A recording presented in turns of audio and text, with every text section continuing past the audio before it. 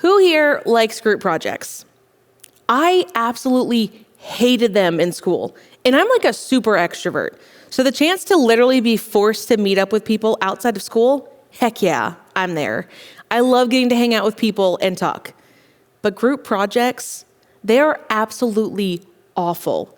You usually get assigned a random person for your class to be paired up with, and it's truly the worst when you have no say in the matter. Plus, it always happens without fail that you get paired up with that person. The one who's always asleep in class or has zero clue what class you're actually in half the time because they never bothered to actually look up and read the board. And to top that, it's even worse when you have more than one partner because then you get someone who's either like super picky, doesn't want your input, and someone who's a mega slacker.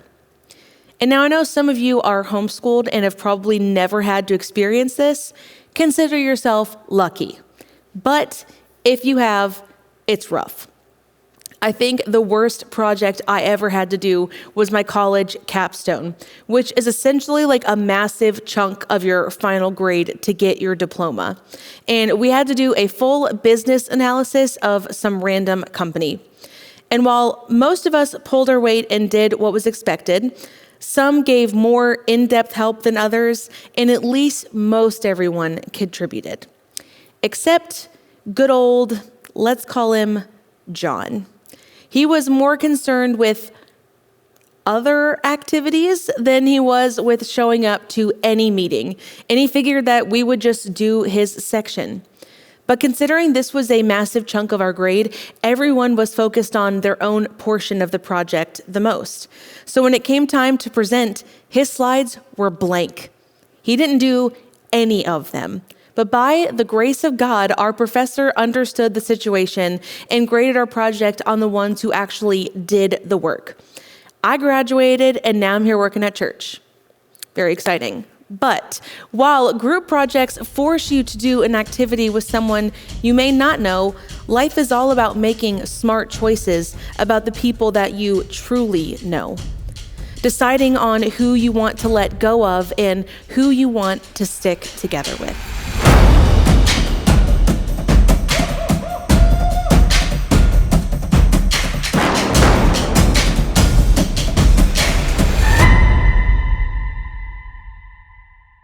I've had different friends in different seasons, and some friendships ended poorly, and some simply just faded out. No ill will or big fight, we both just got occupied by other things.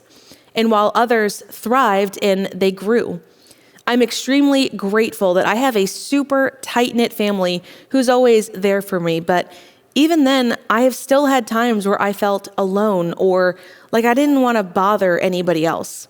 Which now looking back is kind of silly. Friends are supposed to be there for the good and the bad. Unfortunately, that isn't always the case though. It can be really easy to be there for your friend when it's all laughs and memories and fun. But when you have to have tough conversations or fight over something or even tell a friend they might not be right, can cause friendships to not survive. And as cheesy as it sounds, we all have someone, though, who is never leaving. We're all going to have these conversations at one point or another, and they might not always go well. But there is one person who's never going to leave us, no matter what happens. One who has unreliable friends soon comes to ruin, but there is a friend who sticks closer than a brother. And in case you didn't pick up on it, the friend that's closer than a brother, like it mentions there, it's Jesus. And it can be very easy to think that Jesus lived a very different life than us, to think that we're so far separated from the one who has never sinned that we just can't relate to him. Well, I hate to break it to you, but we will never be Jesus or be as perfect as he is, but he did live a life that we can try to learn from and to model. Jesus went through hard and challenging times too. I mean, he literally underwent the ultimate act of betrayal and even felt lonely. Jesus had a friend group that was always with him. He was teaching them and correcting them and showing them what it meant to be a true follower of God. And this group of people was called disciples. And Jesus had 12 of them. They went everywhere together, going town to town, spreading the gospel, and learned and helped Jesus when he was preaching. Now, tons of stories in the Bible come from Jesus's moments and teachable opportunities that he spent with this particular group. And they were picked by Jesus for various reasons, and they really went through thick and thin together until the end. Probably one of the more familiar stories in the Bible, the betrayal and denial of Jesus. He was betrayed by one of his closest friends, a disciple named Judas, in exchange for silver coins. So Jesus was sentenced to death on the cross because one friend chose greed.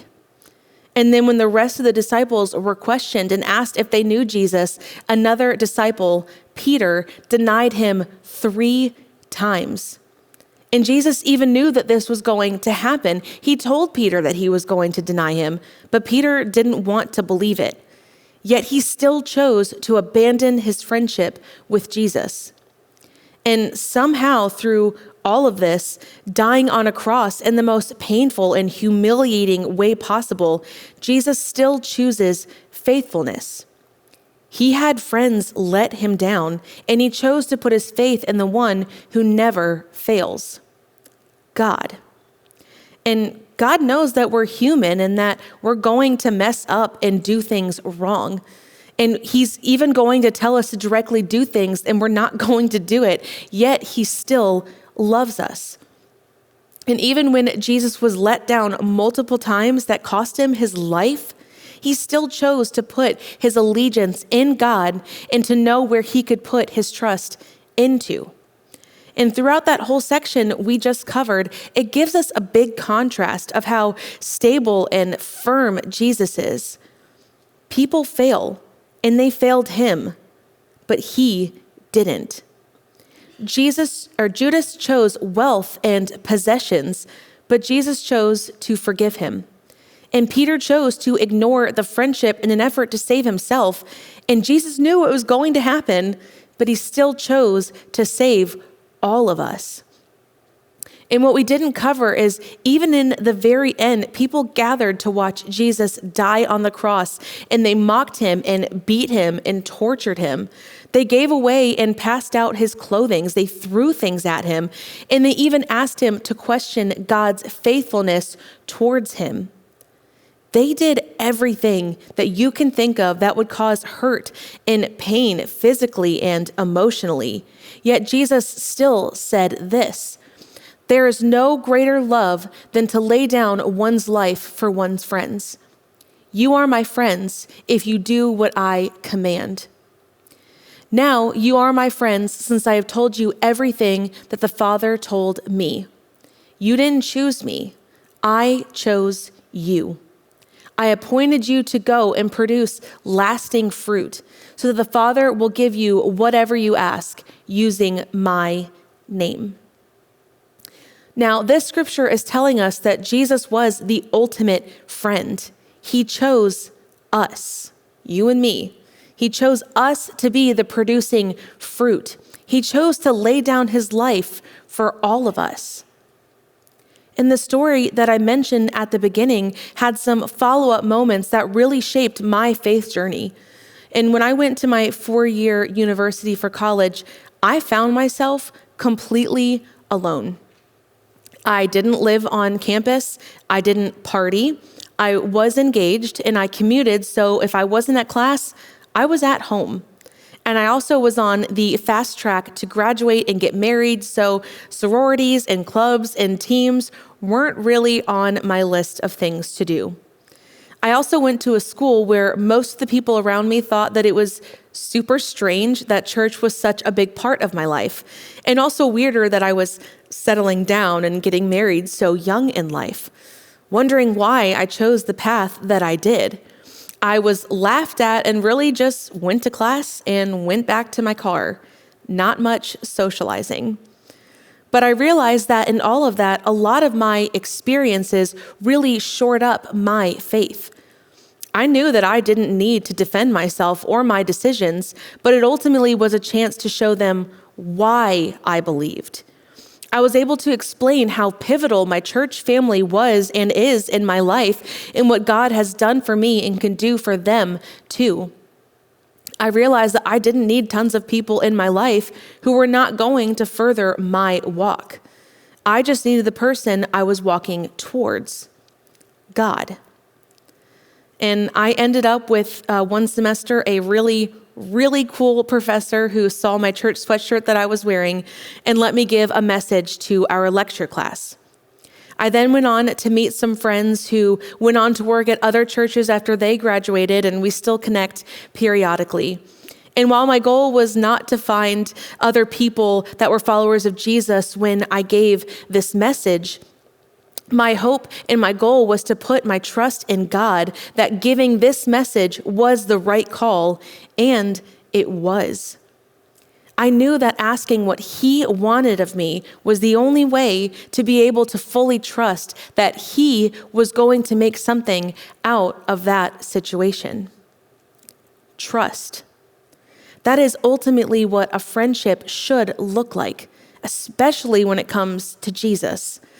And we talked last week at Rise about how important it is to find friends that build us up and to trust in one another. And the one thing that was at the core of every friendship that Elijah mentioned was that at some capacity, they were all modeling their friendships as Jesus did and how the Bible tells us to live. And Jesus modeled this and how He interacted with His disciples and with so many others in the Bible, even people who eventually let Him down. We've all had friendships that haven't lasted the test of time or the wrath of a fight, but someone is and was always there through all of it. Jesus. Whether you knew it or not, He wants nothing more than a relationship with us to lean on Him when we need it. But how do we start? Ultimately, it starts with speaking to Him. You need to start that relationship with God like you would with any other relationship. How? By saying hi and acknowledging the person that you're speaking to. And that's why every prayer or conversation starts off with, "Dear God," or "Heavenly Father," or "Jesus, be with me," so on and so forth.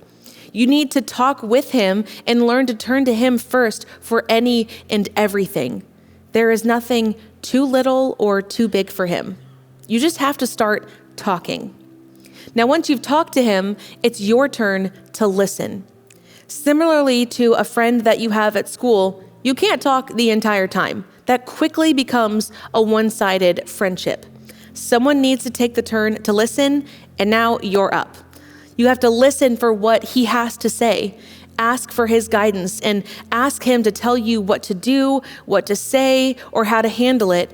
And then you have to see and listen to what He says. He may not answer fast or in the way that you expect, but He will be there with you, even in the waiting period. And lastly, model your friendships after Jesus. He developed some pivotal and key relationships during His time here on earth, and it shows us what a true friendship looks like. We need to be courageous to say things that need to be said, to be kind and loving, and to go the extra mile and pouring into each other spiritually, lifting each other up and constantly be redirecting our attention and our focus on Him. And when we can have a constant communication with God and listen for His guidance, then we can model how Jesus acted to the fullest. You're going to mess up, and you're going to say the wrong thing to someone sometimes, or maybe not step up at the right times. But we are human. We will fail, but we need to have grace for others, especially when they have it for us. Luckily, we have someone who showed us the true definition of grace. someone who will never fail us and will never cause us to stumble, but can be our rock and our foundation in everything, if we let him.